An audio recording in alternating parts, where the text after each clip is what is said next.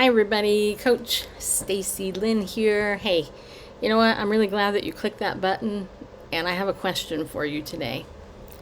Why do you think people stay in relationships when they are hurt in those relationships? If you're new to me, just so you know, I'm Stacy Lynn Harp. I am a certified master Christian life coach, and today what I'm going to be talking about is attachment, just a little bit, because I posed this question about why do people stay in relationships when they get hurt? And here's the simple answer to it. It's because of their attachment. You know, God created us to be in relationship and to attach to one another.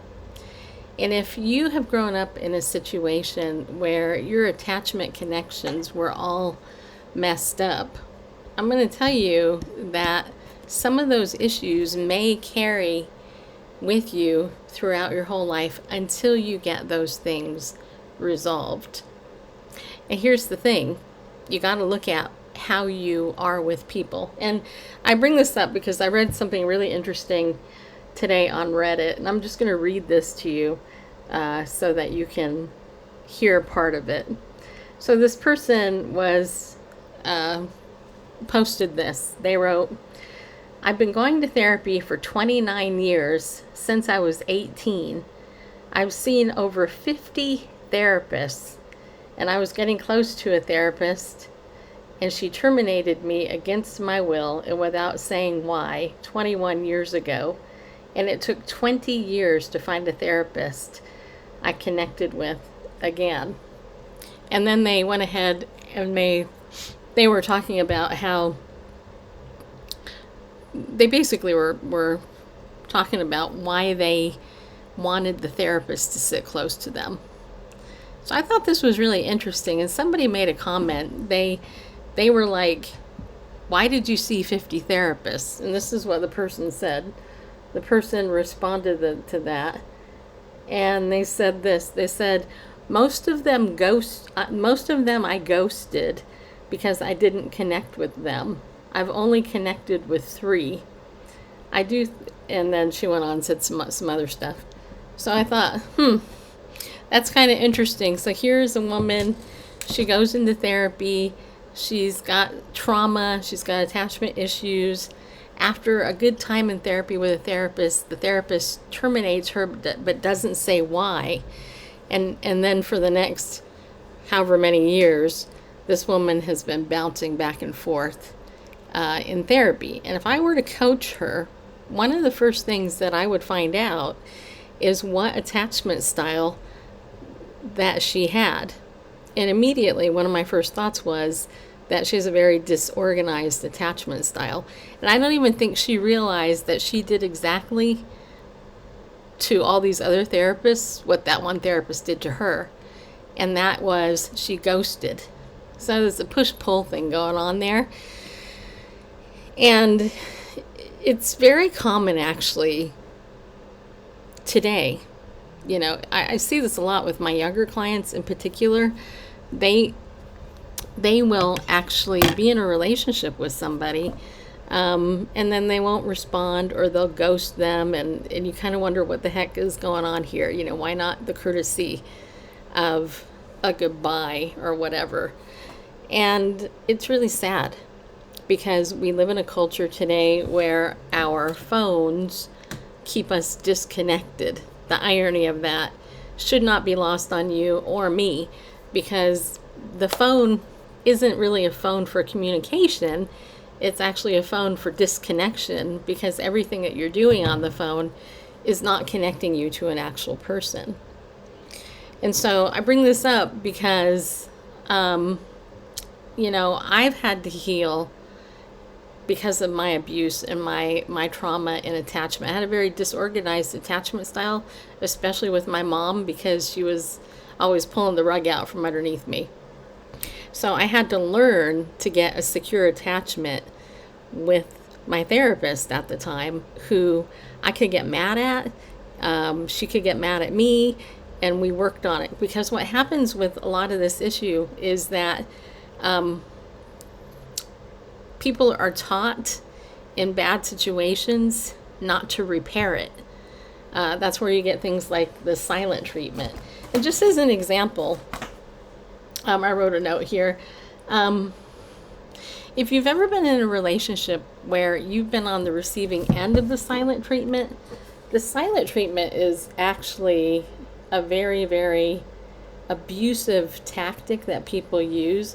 And the person that uses it is doing it to punish you, not because they don't want contact, but because something that you did they perceived hurting. They perceive you as hurting them, and they feel ashamed. And it's actually the ultimate manipulation tactic because of abandonment wounds. So why do I bring this up? I bring it up because you got attachment issues, then you have abandonment issues. And here's the good news. Believe it or not, I have some good news. The good news is this can be repaired in your relationship with the Lord.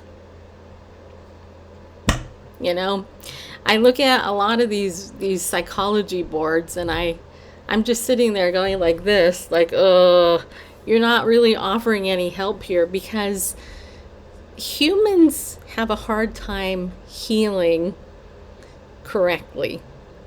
And I believe that the Lord gives us the answer in His Word. So here, just for example, you know, if you're a Christian, you can know a couple of things. Number one, your salvation is not dependent upon your behavior and how good you are.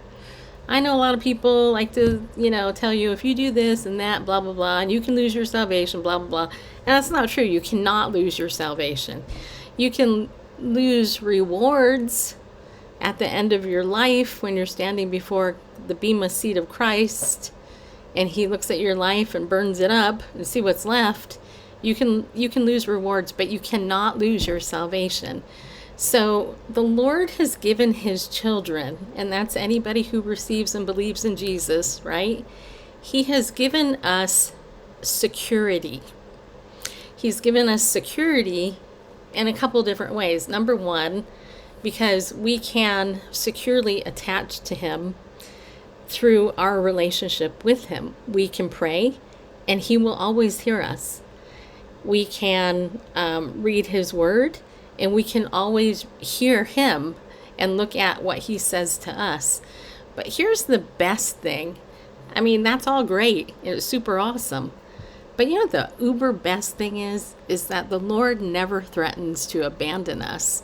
In fact, He makes it very clear in His Word that He will never leave us or forsake us. So we don't have to worry. We do not have to worry about losing our relationship with God, because God can't lie. God isn't abusive. God loves His children, and He has created salvation strictly on His terms, where He is the one that provides it. It's not based on anything that we do in terms of works. And for me, that's awesome, because some of the research out there actually suggests that people who are securely attached to God through His Word and their relationship with Him, they actually heal a lot quicker than those people who don't. And I believe that that's because God designed us to have an attachment to Him. You know, if you think about it, these phones are actually designed to disconnect us under the guise of connecting us. The irony of that shouldn't be lost on you. I already said that. But you know what? We have a 24-hour, 7-day-a-week access to God, because all we have to do is pray. All we have to do is pray. And sometimes people are like, well, I don't know how to pray. All you got to do is talk, people. There's no, you know, mystical way about doing it. Just talk to God like He's your friend. You know, I came to faith in the Lord. I don't actually know the actual age, but it was right before high school. And He heard me. And you know what? He rescued me. And then He guided me, and He directed me and brought me to the people that He knew I needed to get better. He used a lot of people to help me. But in the end, it's because of my secure attachment with him that I was able to ultimately trust people after having been hurt so badly by other people. So today I want you to consider this. I want you to consider, and I'm going to start saying this because I just updated my YouTube here, and if you haven't seen the header yet, I hope you look at it. But I want you to consider getting real. I wrote up there, time to get real and heal, right? So for today's time to get real and heal work, this is it. Look at your attachment. How are you attached to other people? How do you react in relationships when you get hurt? And look at how and what you do in order to stay attached to somebody who may be abusive to you, because that will tell you a lot about how much you fear abandonment. Always remember, your attachment and abandonment, they always go together, because there's a huge fear of abandonment the more unhealthy you are in your attachment. But the good news is, through Christ, you can attach securely to him, and he actually will bring healing to you through his word and through prayer, because he says he'll never leave you and he'll never forsake you. And I don't know about you, but for me, that has been life-changing. And I love the Lord because of it. And I want you to have that relationship with him too. So if you would like to talk, this is December 11th. I am offering all month. Basically, you can get coaching from me 3 times at whatever donation you want to give me. That's it. The info is below. Feel free to reach out. And I hope you have a better day.